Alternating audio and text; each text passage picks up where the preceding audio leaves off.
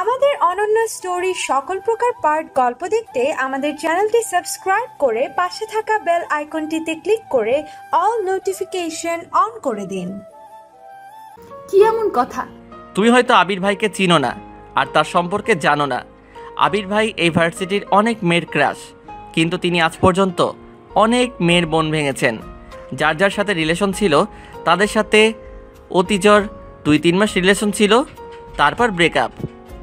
শুধুমাত্র সোনিয়া আপু ছাড়া তার সাথে এখনও রিলেশনশিপে তিনি আছেন। তাদের রিলেশন প্রায় 1 বছর।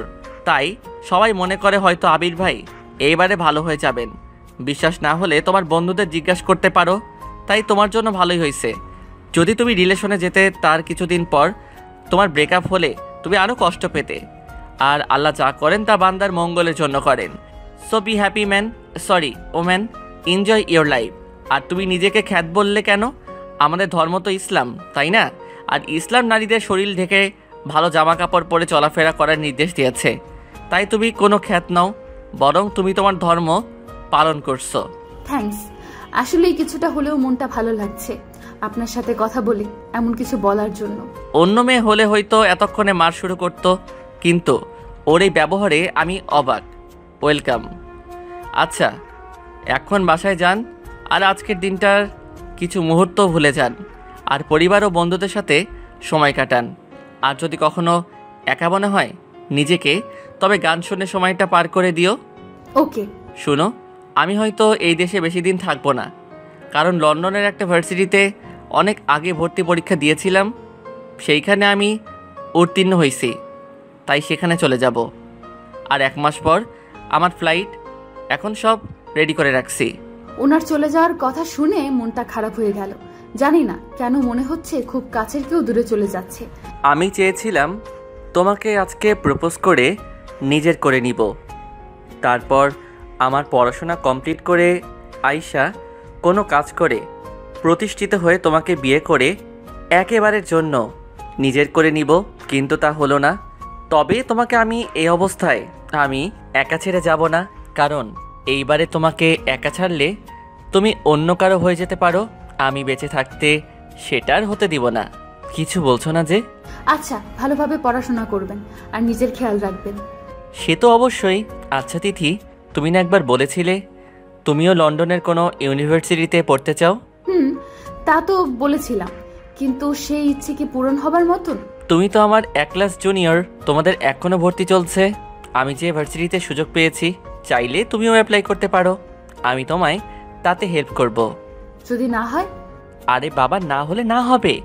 একবার ট্রাই করতে তো কোনো দোষ নেই, তাই না? তা অবশ্য ঠিক। তাহলে কবে অ্যাপ্লাই করব? কালকে করলেই ভালো হবে। তুমি তোমার জরুরি কাগজপত্র সব রেডি করো, আমি তোমার জন্য অ্যাপ্লাই করব। ওকে। কালকে কখন আসতে হবে ভার্সিটিতে? একটু তাড়াতাড়ি আসলেই হবে। ওকে। আল্লাহ হাফেজ। আর মন খারাপ না করে নিজের কাগজপত্র সব রেডি করো। আচ্ছা, তাহলে আল্লাহ হাফেজ। এত খারাপ লাগছিল, কিন্তু এখন সত্যিই ভালো লাগছে। আমিও লন্ডনে কোনো ভার্সিটিতে পড়ব, কিন্তু আমি কি চান্স পাবো সেই ভার্সিটিতে? সে যাই হোক, আমার মনে হয় উনি পাশে থাকলে আমি অবশ্যই পারবো। জানি না এই লোকটার প্রতি এত বিশ্বাস আসে কোথা থেকে। আমি সেখান থেকে বাসায় চলে আসলাম, আর তিথির বাসায় চলে গেল। আমি বাসায় আয়শা রেস্ট নিয়ে আব্বু আম্মুর সাথে খাবার খেয়ে নিলাম। তারপর যা হবার তাই। সকালে ঘুম থেকে উঠে ফ্রেশ হয়ে ভার্সিটিতে চলে আসলাম। ভার্সিটিতে গিয়ে দেখি তিথি আগেই বসে আছে একা একা। ভার্সিটির ক্যাম্পাসে এখনো পর্যন্ত বেশি কেউ আসেনি। আমি তিথির কাছে গিয়ে, তিথি তোমার কাগজপত্র এনেছো? আমার কাছে দাও কাগজগুলো। তারপর আমি তিথির থেকে ওর কাগজপত্রগুলো নিয়ে আমার ল্যাপটপে দিয়ে ওর জন্য সেই ভার্সিটিতে অ্যাপ্লাই করছি। অ্যাপ্লাই করা শেষ। নাও তোমার কাগজপত্র। আচ্ছা, রেজাল্ট দিবে কবে? 6 দিন পর। আচ্ছা, তোমার বাবা মা কিছু বলেনি? মা অনেক কান্না করেছে যে আমি বিদেশে চলে যাব, তবে বাবা মাকে সান্ত্বনা দিয়েছে যে আমি তো পড়াশোনা করতে যাচ্ছি, সেই জন্যই। ও আচ্ছা, ক্লাস করবে না? না, ক্লাসে গেলে এক একজন এক এক কথা বলে, যার জন্য ক্লাস করব না। 7 দিন পর যদি ভার্সিটিতে চান্স পাই, তাহলে আর এই ভার্সিটিতে আসবো না। ও আচ্ছা। আল্লাহ হাফিজ। তাহলে আমি চান্স পেলে আমাকে ফোন দিয়ে জানাবেন, কেমন? আচ্ছা। দেখতে দেখতে 6 দিন কেটে গেল। আজকে গেম খেলছি ল্যাপটপে, তখন একটা ইমেল আসলো। আমি ইমেইলটা ওপেন করে দেখলাম যে তিথি ও সেই ভার্সিটিতে চান্স পেয়েছে। এইটা দেখে তো আমার লুঙ্গি ড্যান্স দিতে ইচ্ছে করছে। যাই হোক, খবরটা তিথিকে জানতে হবে। আমি ফোন দিয়ে তিথিকে বললাম আজকে একটা রেস্টুরেন্টে দেখা করতে, ওর জন্য একটা সারপ্রাইজ আছে। কি এমন সারপ্রাইজ হতে পারে আমার জন্য? যাই হোক, দেখা যাবে, সেখানে গেলেই তো দেখা যাবে কি সারপ্রাইজ। বিকালবেলা আমি রেস্টুরেন্টে বসে আছি। একটু পর তিথি আসলো, একটা কালো বোরকা ও হিজাব পরে, মুখটা খোলা, কোনো মেকআপ নেই। অনেক মায়াবী ও সুন্দর লাগছে ওকে। আবার ক্রাশ খেলাম। আসলে মেকআপ ছাড়াই মেয়েরা অনেক মায়াবী ও সুন্দর দেখায়। কি এমন সারপ্রাইজ দিবেন আমায়? একটু পরেই দেখতে পাবে। তার আগে কিছু অর্ডার করে খাবার খেয়ে নেই, কি বলো? ওকে, আপনার ইচ্ছা। তারপর আমি খাবার অর্ডার করলাম। একটা ওয়েটার এসে খাবার দিয়ে গেল। আমি আর তিথি একসাথে খেয়ে নিলাম। তারপর বিল দিয়ে দিলাম। তখন তিথি জিজ্ঞাসা করলো, আচ্ছা সারপ্রাইজটা কি? ওর দিকে একটা ইমেইলের ফটোকপি দিলাম। ওই ইমেইলটা দেখো। ইয়েস, আমি চান্স পেয়েছি। Thank you thank you thank you so much. সবটাই সম্ভব হয়েছে শুধুমাত্র আপনার জন্য। স্বাগতম। আচ্ছা, ফ্লাইট কবে? আর আমি সেখানে থাকবো কোথায়? ফ্লাইট আমার সাথেই, আর তুমি আমার সাথেই থাকবে। সেখানে আমরা দুজনে আলাদা আলাদা রুম ভাড়া করে থাকবো। আমি তার ব্যবস্থাও করে রেখেছি। তোমার পাসপোর্ট আছে তো? আছে। আরও একবার ধন্যবাদ আপনাকে। বন্ধুত্বে নো সরি, নো থ্যাঙ্কস। ওকে ওকে। আচ্ছা, তুমি গাড়ি করে আসছো নাকি রিক্সায়? রিক্সায়। যদি কিছু মনে না করো তাহলে আমি তোমাকে আমার বাইকে করে তোমাকে পৌঁছে দেই। আচ্ছা, আমি রাজি হলাম, কারণ এই সময় সহজে রিক্সা পাওয়া যায় না। আচ্ছা, তাহলে বাইকে উঠে বসো। আমার কাঁধে হাত রেখে শক্ত করে ধরে রেখো। আচ্ছা। আমি বাইক স্টার্ট দিলাম। এমন মুহূর্তে একটা পিচ্চি বাচ্চা ছেলে আমার বাইকের কাছে এসে বলল, ভাইয়া ফুল নিবেন? ফুল? আমি বাইকটা দাঁড় করিয়ে বাচ্চাটার দিকে তাকালাম। একটা বয়স 9 কি 10 হবে। হাতে একগুচ্ছ গোলাপ ফুল নিয়ে কথাগুলো বলল। আমি বুঝলাম তো কোনো পরিস্থিতি শিকার, তাই গোলাপ ফুল বিক্রি করছে। না হলে কেউ পড়াশোনার খেলাধুলার বয়সে এগুলো বিক্রি করবে কেন? হয়তো কোনো অভাবে পড়েই এই কাজ করছে। তাই আমি ওকে জিজ্ঞেস করলাম, তোমার বাড়িতে কে কে আছে? ছোট বোন আর মা। বাবা অনেক আগেই মারা গেছেন। তুমি পড়াশোনা করো? হ্যাঁ, এইখানের একটা প্রাইমারি স্কুলে পড়ি, কিন্তু মা অসুস্থ হওয়ায় অনেক দিন যাওয়া হয় না। মা অসুস্থ হওয়ায় খাবার টাকাটা জোগাড় হয় না, তাই আমি এই কাজ করছি। সবগুলো ফুল বিক্রি করে কত টাকা পাবে? 300 টাকা। 300 টাকা দিলে খাবার হবে তোমাদের? কোনো মতে একদিন পার করে দিতে পারবো। তাহলে তোমার সব ফুলগুলো আমাকে দিয়ে দাও। আচ্ছা। আমি আমার পকেট থেকে 1000 টাকা বের করে ওকে দিলাম। ভাইয়া, আমার কাছে তো ভাঙতি নাই। ভাঙতি লাগবে না, ওই টাকাটা পুরোটাই তোমার। না ভাইয়া, আমি এত টাকা নিতে পারবো না, মা শুনলে বকা দিবে। না, তোমাকে বকা দিবে না। আর তুমি আমাকে ভাইয়া বললে, তাহলে আমি তোমার ভাই, আর ভাই হয়ে টাকাটা তোমায় আমি দিতেই পারি। এইটা না নিলে আমি রাগ করব। আচ্ছা। আমি ফুলের গুচ্ছ নিয়ে 2 ভাগ করলাম। তারপর এক ভাগ ছেলেটিকে দিয়ে বললাম, এইটাও রাখো সাথে। আচ্ছা। তাহলে চলি, আবার পরে এক সময় তোমার সাথে দেখা করব। আচ্ছা ভাইয়া।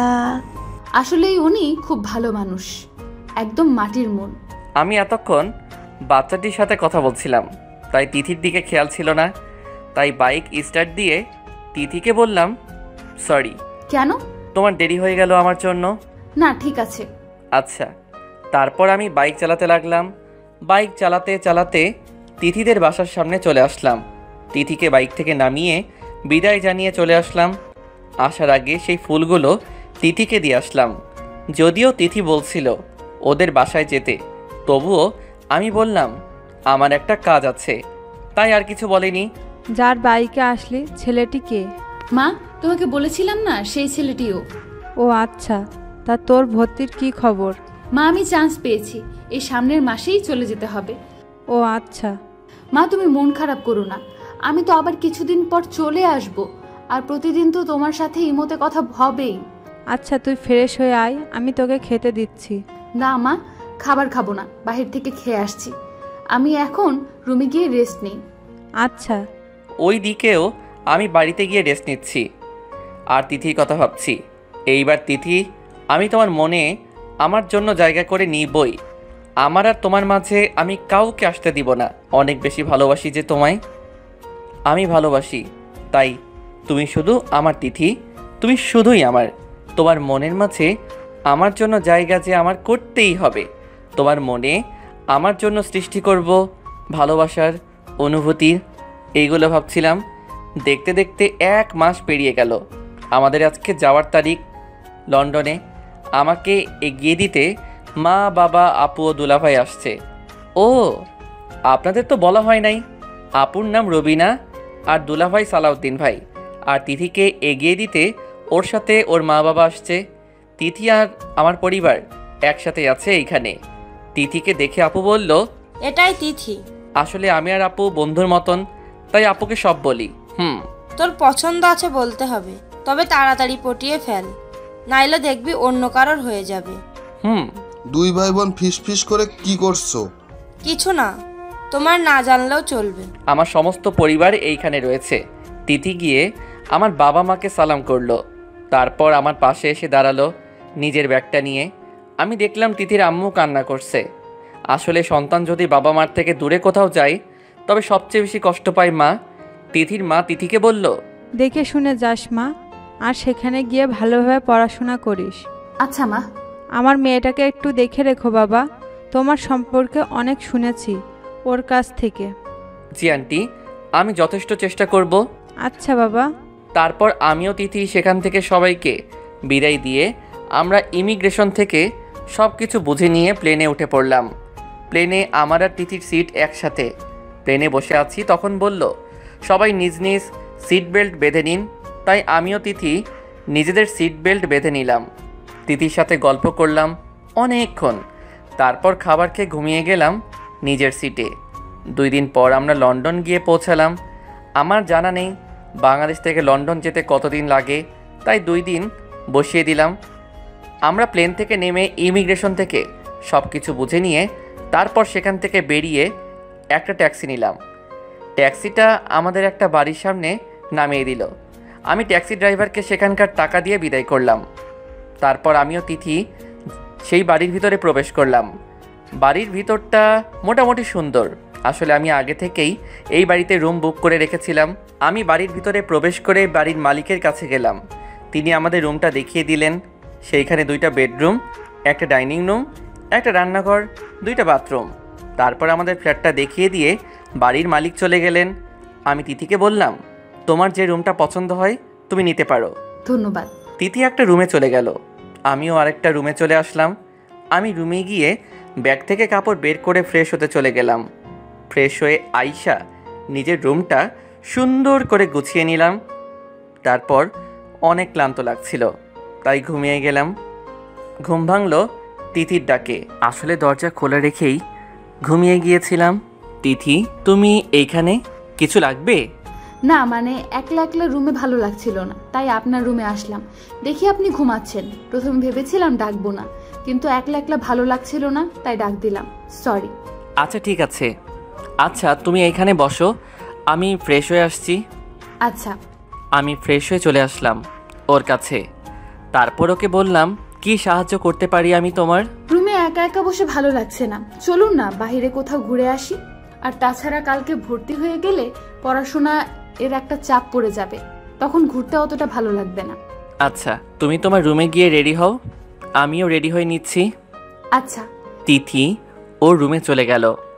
আমি জামা কাপড় পরে রেডি হয়ে নিলাম।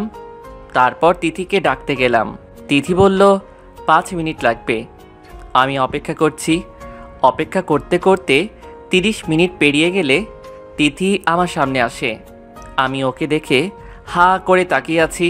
তিথি আমার কাছে এসে বলল, কি দেখছেন এভাবে? ওর কথায় ভাবনার জগৎ থেকে বেরিয়ে আসলাম। না ইয়ে মানে কিছু না। আচ্ছা, আমাকে কেমন লাগছে? ওর দিকে তাকিয়ে বললাম, পরীর মতো। সত্যি? তারপর আমি তিথিকে নিয়ে ঘুরতে লাগলাম। একটা পার্কে গেলাম আমরা। সেখানে অনেক মানুষ আছে, তবে লাভার্সের সংখ্যাই বেশি। আমরা দুজনে গিয়ে পার্কের একটা বেঞ্চে বসলাম। দুজনে বসে সেইখানে কিছুক্ষণ গল্প করলাম। গল্প করতে করতে বিকাল থেকে সন্ধ্যা হয়ে আসলো, তাই আমি আর তিথি বাসায় ফিরে যাচ্ছি। বাসায় ফেরার আগে একটা রেস্টুরেন্ট থেকে খাবার খেয়ে নিলাম। খাবার খেয়ে কিছু খাবার রাতের জন্য কিনেও নিলাম, কারণ রাতের খাবার বানানো হয় নাই। সেই জন্য বাসায় ফিরে তিথির রুমে চলে গেল, আর আমি আমার রুমে চলে আসলাম। তারপর ফ্রেশ হয়ে কিছুক্ষণ ফেসবুকিং করলাম। রাত 2-3টা, বাংলাদেশ সময় 11টা PM।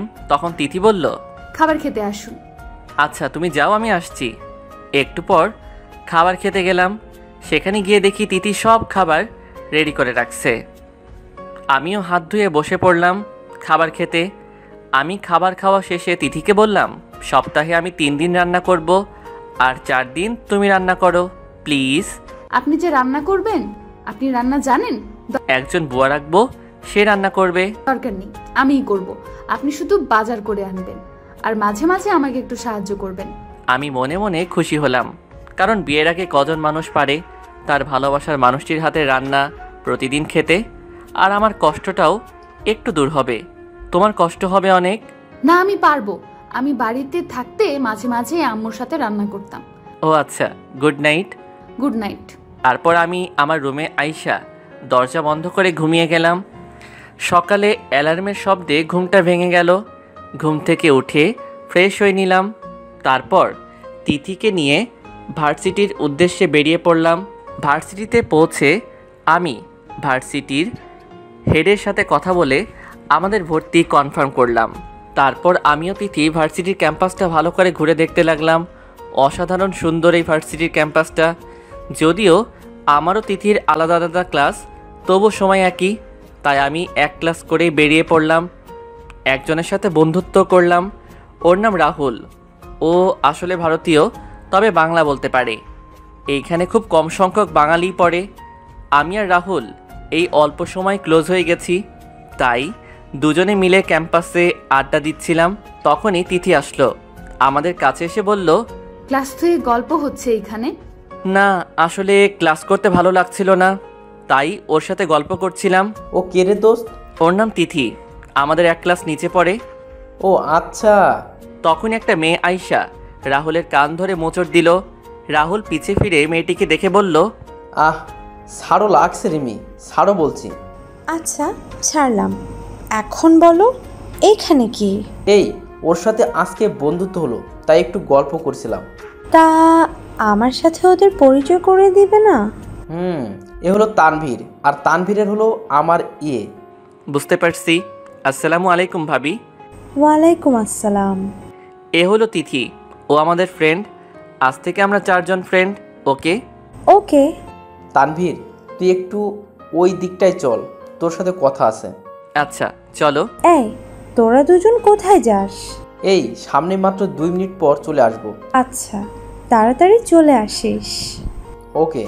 আমরা রিমি ও তিথির থেকে একটু দূরে গেলে রাহুল আমাকে বলল, তুই তিথিকে ভালোবাসিস, এম আই রাইট? কিন্তু ওকে বলিস না প্লিজ। ওকে। এখন চল ওদের কাছে যাই। তারপর আমরা 4 জন অনেক ভালো বন্ধু হয়ে গেলাম। এইভাবে কাটতে লাগলো আমাদের বন্ধুত্বের দিনগুলো। ভালোই কাটছে দিন, আর আমি দিন দিন তিথিকে আরও বেশি ভালোবেসে ফেলেছি। দেখতে দেখতে পেরিয়ে গেল 3টি বছর। সামনেই আমার অনার্স লাস্ট ইয়ারের পরীক্ষা, তাই ভাবলাম তিথিকে প্রপোজ করব। কালকে রাহুল আমাকে হেল্প করবে কিছুটা। এই 3 বছরের মাঝে তিথির মাঝেও অনেক পরিবর্তন আসছে। কি পরিবর্তন আসছে শুনবেন? তাহলে শুনেন। আমি কোনো মেয়ের সাথে কথা বললে বা কোনো মেয়ের দিকে তাকালে আমাকে অনেক বকা দেয়। আবার আমি কোনো মেয়ের সাথে কথা বললে তো সেদিন আমার সাথে কথাই বলে না। আমার এফবি থেকে সমস্ত মেয়েকে ব্লক করে দিছে, শুধুমাত্র আপু আর ওর আইডি বাদে। আমি এই থেকে বুঝলাম তিথি আমাকে ভালোবাসে, তাই কালকে ওকে প্রপোজ করব। তবে এইবার আর প্র্যাকটিস করলাম না, কারণ আগের বার প্র্যাকটিস করতে করতে আমি বাস খাইছি। সো এইবার ডাইরেক্ট প্রপোজ করব। আর অন্যদিকে তিথি, আচ্ছা ও কি বুঝে না আমি ওকে ভালোবাসি? ও ওকে যে অনেক ভালোবেসে ফেলেছি, তাই জন্য অন্য কারোর সাথে ওকে সহ্য করতে পারি না। ভালোবাসি তাই ওর পাশে অন্য কাউকে সহ্য করতে পারি না। ওর পাশে শুধু আমি থাকতে চাই, ওর নিঃশ্বাসে বিশ্বাসে ওর সব কিছু ঘিরে আমি থাকতে চাই, কারণ ও যে আমার সব কিছু ঘিরে রয়েছে। এই 3টি বছর আমার মন প্রাণ জুড়ে যে তানভীর আর তানভীরই রয়েছে, ওকে ছাড়া একটা দিন তো থাকতে পারি না। আচ্ছা, ও যদি ওর পরীক্ষার পর এখান থেকে চলে যায়, তাহলে আমি কাকে ঘিরে বাঁচবো? না, কিছুদিনের মাঝে ও আমাকে প্রপোজ না করলে আমি আমার মনের কথাগুলো বলবো। আমি যে ওকে আবেগ দিয়ে নয়, বরং মন থেকে ভালোবাসি সেটা বলবো। একটা মেয়ে হয়ে নির্লজ্জের মতো ওকে ভালোবাসি কথাটা বলবো। ভালোবাসার মানুষটিকে পাওয়ার জন্য না হয় এইটুকু করলাম। এইগুলো ভাবতে ভাবতে তৃতীয় ঘুমিয়ে গেল। আর আরিয়ানও। দুই দিকে দুটি মন শুধু একটা জিনিসই চায়, শুধু ভালোবাসা। তাদের দুটি মন মিলেমিশে হতে চায় একাকার, ভালোবেসে হারিয়ে যেতে চায় তাদের দুজনের দুটি মন। এখন অপেক্ষা একটি এমন দিন বা সময়ের যখন তারা একে অপরের মনকে বুঝে ভালোবাসবে, সব কিছু ভুলে আপন করে নিবে দুজন দুজনকে। হয়তো কালকে সেই বিশেষ দিনটি আসবে তাদের জীবনে, হয়তোবা কালকে তাদের জীবনের আলো অন্ধকার অধ্যায়ের সূচনা হবে। কি হবে তা জানার জন্য সাথেই থাকুন। আর গল্পটি ভালো লাগলে অবশ্যই লাইক ও কমেন্ট করে জানাবেন। আপনারা লাইক কমেন্ট না করলে উৎসাহ পাবো কোথায়? তাই অবশ্যই লাইক ও কমেন্ট করবেন। সবাই ভালো থাকবেন। আল্লাহ হাফেজ।